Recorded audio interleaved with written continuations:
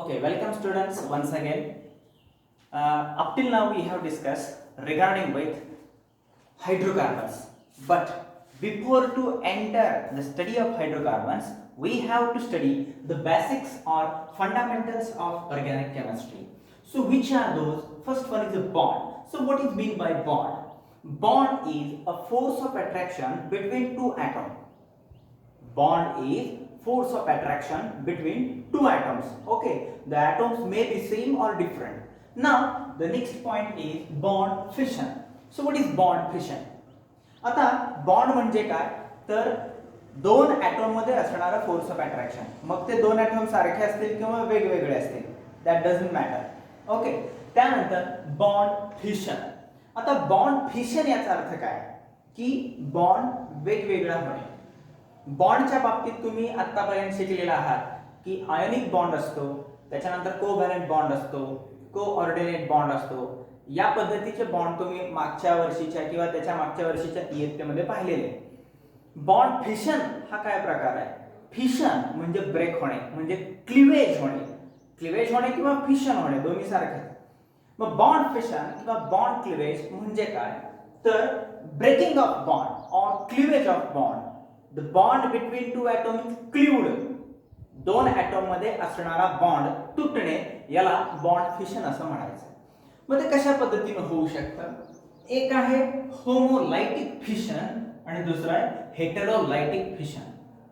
मग होमोलायटिक कधी असेल? ज्यावेळेस या दोन सारख्या ॲटॉम मध्ये बॉन्ड असेल. या दोन सारख्या ॲटॉम मध्ये बॉन्ड असेल, तो जर तुटला तो कसा ब्रेक होईल? आता बघा, ए हा ॲटॉम आहे आणि ए हा ॲटॉम आहे. या दोघांमध्ये असणारा हा बॉन्ड आहे. या ॲटॉमचा इथे एक इलेक्ट्रॉन असणार आहे, या ॲटॉमचा इथे एक इलेक्ट्रॉन असणार आहे. दोन्ही ॲटॉमची इलेक्ट्रोनेगेटिव्हिटी सारखी आहे. दोन्ही ॲटॉमनी सारखी इलेक्ट्रोनेगेटिव्हिटी असल्यामुळे दोघांकडे इलेक्ट्रॉन ओढण्याची क्षमता सारखी आहे.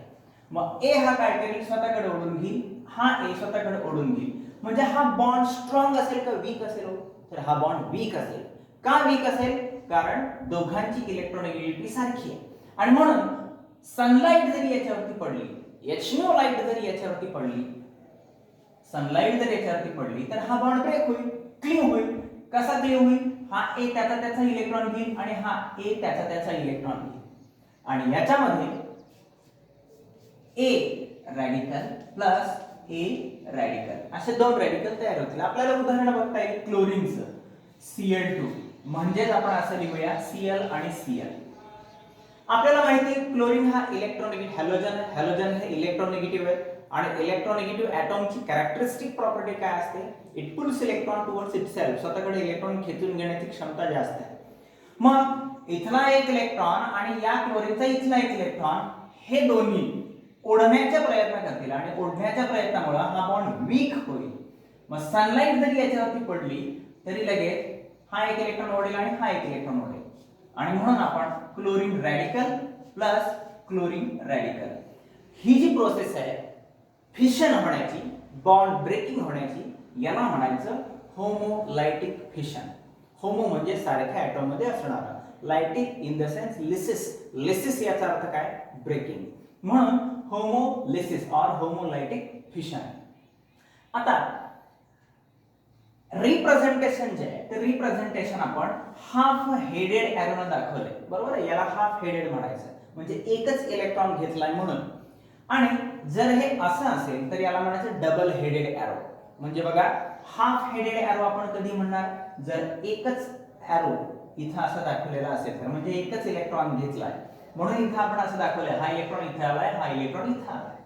जर दोन्ही इलेक्ट्रॉन एका ॲटॉम कडे स्विच झाले, टर्न झाले, तर आपण डबल हेडेड एरोने ते दाखवतो. आणि मग डबल हेडेड एरोने दाखवल्यानंतर हेटेरोलायटिक फिशन तयार होतं. तर हे एक्झाम्पल कशाचं आपण पाहिलं? होमोलायटिक फिशनचं. म्हणजे homolytic fission gives rise to radical formation.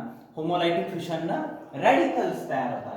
Okay, आणि होमोलायटिक फिशन कोणामध्ये होतं? दोन सारख्या ॲटॉम मध्ये. आणि तो बॉन्ड कसा असतो? वीक असतो. ओके. दुसरं आहे हेटेरोलायटिक फिशन. आता हेटेरोलायटिक फिशन कोणामध्ये होतं? हेटेरो हा शब्द काय सांगतो? दोन वेगवेगळ्या ॲटॉम मध्ये जर बॉन्ड असेल आणि तो बॉन्ड जर ब्रेक करायचा असेल किंवा ब्रेक होत असेल तर ते हेटेरोलायटिक फिशन होतं. आता असं का घडतं तर बघा, सपोज ए आणि बी हे दोन ॲटॉम आहेत.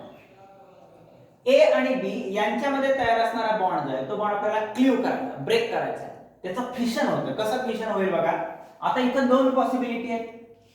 कुठल्या कुठल्या पॉसिबिलिटी आहेत? एक तर बी आणि ए या दोघांची इलेक्ट्रोनेगेटिव्हिटी वेगवेगळी आहे. जर बी मोर इलेक्ट्रोनेगेटिव्ह असेल ए पेक्षा तर बी काय करेल, स्वतःकडे इलेक्ट्रॉन ओढून घेईल. आणि याने जर स्वतःकडे इलेक्ट्रॉन ओढून घेतले तर इथले दोन्ही इलेक्ट्रॉन बी कडे येतील. दोन्हीच्या दोन्ही इलेक्ट्रॉन जर बी कडे आले तर ए कडे इलेक्ट्रॉन कमी राहतील, म्हणजे इलेक्ट्रॉन डेफिशियंट होईल. डेफिशियन्सी म्हणजे कमतरता. इलेक्ट्रॉन डेफिशियंट झाला तर नक्कीच पॉझिटिव्ह चार्ज त्याच्यावरती येईल. आणि बी कडे एक्स्ट्रा इलेक्ट्रॉन आला म्हणजे दोन्हीचे दोन्ही इलेक्ट्रॉन याच्याकडे आले तर त्याच्यावर निगेटिव्ह चार्ज येईल. आणि म्हणून ए पॉझिटिव्ह प्लस बी निगेटिव्ह असे रॅडिकल्स तयार होतील किंवा आयन्स तयार होतील. आपण रॅडिकल म्हणण्यापेक्षा आयन्स म्हणूया. मग ए आणि बी यांच्यामधला बॉन्ड जर ब्रेक झाला तर बी मोर इलेक्ट्रोनेगेटिव्ह असल्यामुळे दोन्हीच्या दोन्ही इलेक्ट्रॉन बी कडे येतील आणि बी वरती निगेटिव्ह चार्ज येईल आणि ए वरती साहजिकच पॉझिटिव्ह चार्ज असेल. आता त्याच्या उलटी केस बघूया. समजा A is more negative than B, A is more electronegative than B, त्यावेळेस काय असेल, ए वरती निगेटिव्ह चार्ज असेल आणि बी वरती पॉझिटिव्ह चार्ज असेल. Now this ions gives rise to electrophile and nucleophile. अशामुळे इलेक्ट्रोफाइल आणि न्यूक्लियोफाइल तयार होतात. म्हणजे बघा, होमोलायटिक फिशनच्या सहाय्याने रॅडिकल फॉर्मेशन होतं आणि हेटेरोलायटिक फिशनच्या सहाय्याने आयन्स तयार होतात आणि ते ions are the nothing but electrophile and nucleophile. Okay, आता इलेक्ट्रोफाइल आणि न्यूक्लियोफाइल म्हणजे काय ते बघूया. आपण होमोलायटिक फिशन आणि हेटेरोलायटिक फिशन पूर्ण केलेलं आहे. नक्की लक्षात ठेवायचं, होमोलायटिक फिशन हे दोन सारख्या ॲटॉम मध्ये होतं, हेटेरोलायटिक फिशन हे दोन वेगवेगळ्या ॲटॉम मध्ये होतं. आणि जेव्हा हेटेरोलायटिक फिशन होतं त्यावेळेस इलेक्ट्रोफाइल आणि न्यूक्लियोफाइल तयार होतात. आता इलेक्ट्रोफाइल म्हणजे काय ते बघूया. इलेक्ट्रोफाइल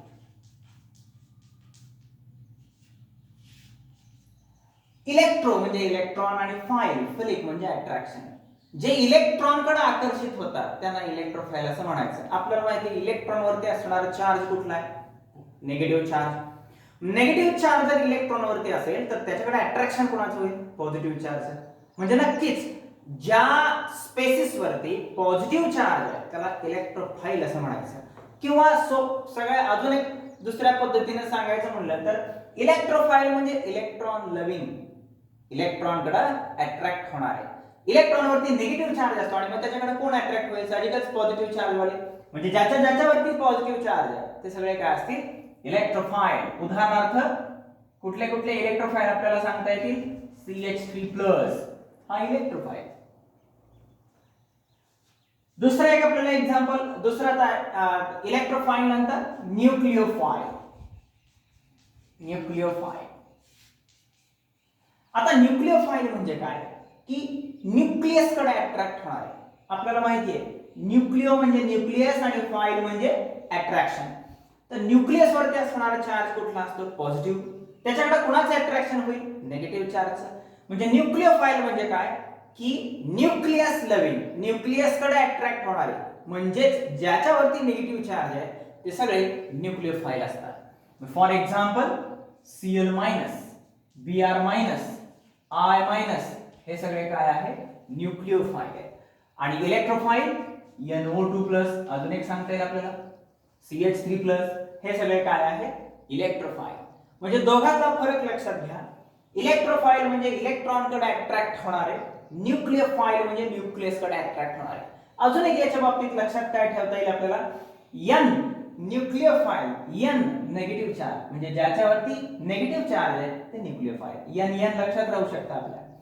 तर ज्याच्यावरती निगेटिव्ह चार्ज आहे ते न्यूक्लियोफाइल, ज्याच्यावरती पॉझिटिव्ह चार्ज आहे ते सगळे इलेक्ट्रोफाइल.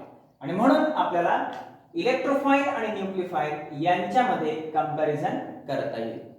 तर पुन्हा एकदा बघा, आपण आज काय बघितलं तर बॉन्ड म्हणजे काय, bond is nothing but the force of attraction between two atoms. कुठल्या कुठल्या प्रकारचे बॉन्ड आहेत ते तुम्ही आधी शिकलेला आहात. आयनिक बॉन्ड आहे, कोव्हॅलेंट बॉन्ड आहे, कोऑर्डिनेट बॉन्ड आहे. आयनिक बॉन्ड कसा तयार होतो? By transfer of electron from one atom to another atom. Okay. Covalent bond कसा तयार होतो? By sharing of electrons between two atom. आणि कोऑर्डिनेट बॉन्ड कसा तयार होतो? तर complete transfer of electron from one atom to another atom. That gives coordinate bond. तर हे तीन प्रकार तुम्ही या आधीही शिकलेला आहात. त्याच्यानंतर what is fission? Fission, bond fission. Fission म्हणजे क्लिवेज, ब्रेकिंग. मग बॉन्ड फिशन वेगवेगळ्या पद्धतीने आपण सांगू शकतो. एक तर होमोलायटिक असेल किंवा हेटेरोलायटिक असेल.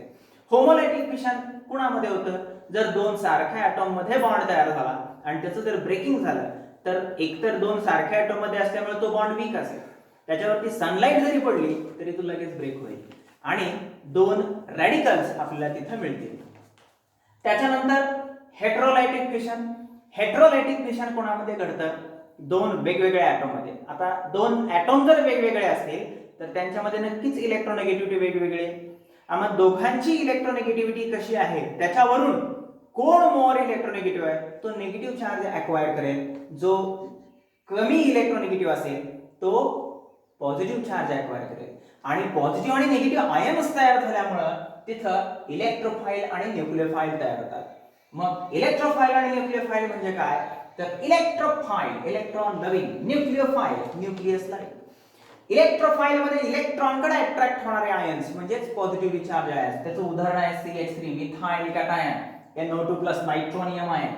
न्यूक्लियोफाइल न्यूक्लियसकडे अट्रॅक्ट होणारे ज्याच्यावरती निगेटिव्ह चार्ज आहे ते न्यूक्लियोफाइल असतात. उदाहरणार्थ हे हॅलोजन्स आहेत, Cl-, Br-, I-, Cn-, किंवा आपण CH3- हा सुद्धा न्यूक्लियोफाइल म्हणून लिहू शकतो.